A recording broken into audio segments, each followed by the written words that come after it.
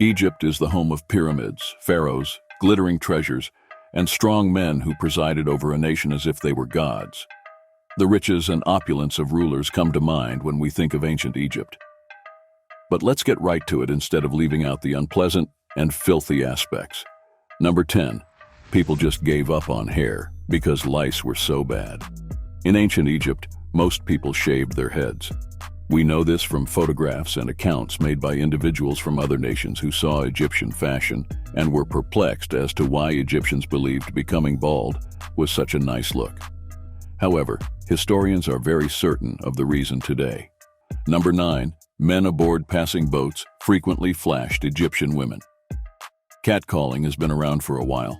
Women may become angry when a man whistles or shouts something vulgar, but that's nothing in comparison to what women in ancient Egypt had to put up with. Egyptians gathered for a religious feast, which the Greek writer Herodotus observed.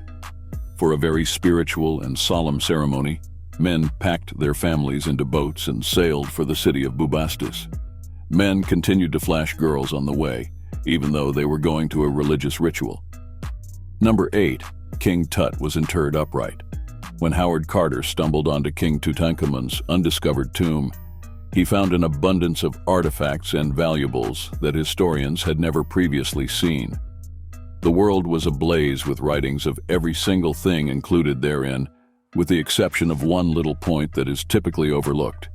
The mummy of King Tut was interred with an erection. Tut is the only Egyptian king that we have discovered so far who insisted on being mummified with a raging hard-on. No one is sure why. There are many theories, and some of them are crazy. The erection might not actually be his, goes one theory. Some believe that his embalmers replaced his actual member with one from a more notable donor. Number 7.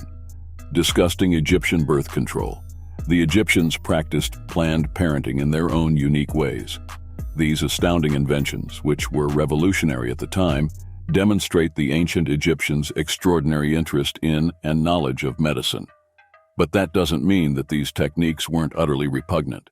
There were other methods of birth control available to women, including several contraceptive combinations. The braver women combined tree leaves and crocodile excrement. Number 6. To stop necrophilia, beautiful women were left to decay. In Egypt, a guy was immediately embalmed after passing away. But women were a different story. It was against the law to send the wealthy and influential to embalmers until their bodies had been decomposing for 3 to 4 days. Egyptians didn't trust embalmers to keep their hands to themselves, which is why this happened. This went beyond mere paranoia. The Egyptians had to learn this lesson the hard way. Number 5. The pharaohs were horribly obese. The majority of depictions of pharaohs depict them as lean, athletic individuals, but this couldn't be further from the truth. Although the pharaohs instructed their painters to make them appear beautiful, the genuine bodies that we have discovered tell a different tale. The majority of the Egyptian royal family members were quite obese. The pharaohs of Egypt had poor diets, 3 banquets every day, each laden with copious amounts of wine, steak, and cake, were required to be prepared by their priests. All day long they consumed meals that were high in saturated fats. Mummies with clogged arteries, protruding stomachs, and significant fat folds have been discovered. For Egyptian pharaohs, obesity was a common occurrence. Egyptians were writing medical writings on the risks of obesity as early as 1500 BC because they were so familiar with it. Number 4. 3 times every month, Egyptians would take laxatives. Overeating was a major worry for the Egyptian royal family. Even though they could have been overweight, they didn't want to be. The ideal for Egyptian men's beauty remained lean, muscular forms, so they took the necessary actions to maintain their health. 3 days a month, most Egyptians would take laxatives. After using a castor oil-based laxative, they prepared to spend the rest of the day in the bathroom. Naturally, since there was no plumbing at the time, they had to clean up their mess by hand. There was no issue that laxatives couldn't solve. Laxatives were used to treat even diarrhea. It appears that the plan was to force the sickness out of their systems and go through the entire situation as fast as possible. Number 3. Egyptian proctologists were called shepherds of the anus. Ancient Egyptian medicine played a significant role in their civilization, and they produced some amazing advancements relative to their time. The ancient Egyptians had medical professionals for every bodily part, just like we do now. They had proctologists for their behinds, dentists for their teeth, and optometrists for their eyes. Or, to translate the name for proctologists in Egyptian, literally, shepherds of the anus.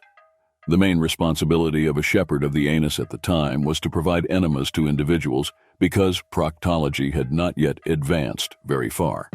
Proctologists were experts who focused solely on creating and administering drugs that went up the buttocks and had little else to do with their time.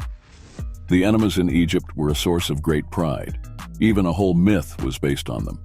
They held that enemas were created by the deity of Thoth and subsequently transmitted to man, making Thoth analogous to the anus version of Prometheus. Number 2. Egyptian fertility tests were disgusting. For childbirth, the Egyptians had a complete medical system. They had quite strange, yet highly advanced for their time, methods of determining fertility and pregnancy.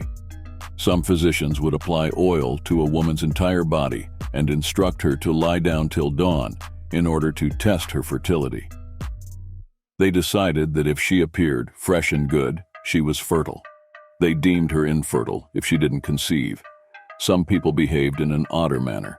A doctor would insert an onion or garlic clove into a woman's vagina. He could smell her breath in the morning. Every hole in a woman's anatomy, according to ancient Egyptians, is connected, and their lips have tubes that extend all the way down. The tubes were clear, and the woman was pregnant if the doctor could smell the garlic. The tubes were stopped, and the woman couldn't give birth, however, if the doctor couldn't smell the garlic. Number 1. The ancient Egyptians believed that men menstruated. Health problems plagued ancient Egypt. For instance, almost everyone there had schistosomiasis. People who have it experience nausea and have blood in their urine and stools. They were so accustomed to it that they were unaware it was a disease. Schistosomiasis affected the ancient Egyptians so frequently that they mistakenly believed they were menstruating. They embraced the fact that men had to menstruate just like women did, and they accepted the flow of blood as a natural part of growing up. Blood in the pee was even somewhat encouraged. Menstruating men were thought to be fruitful. Being infected with parasitic worms was considered by the Egyptians to be the best indication that a man was prepared to start a family. That concludes today's obscene facts. The filthiness of some eras in Egyptian history is still hard to fathom. What do you think about residing in these locations then? Do you feel fortunate to have been born in the current era? Please share your comments and any further historically filthy locations we may have missed. Please help us out by liking us and clicking the bell symbol. Bye.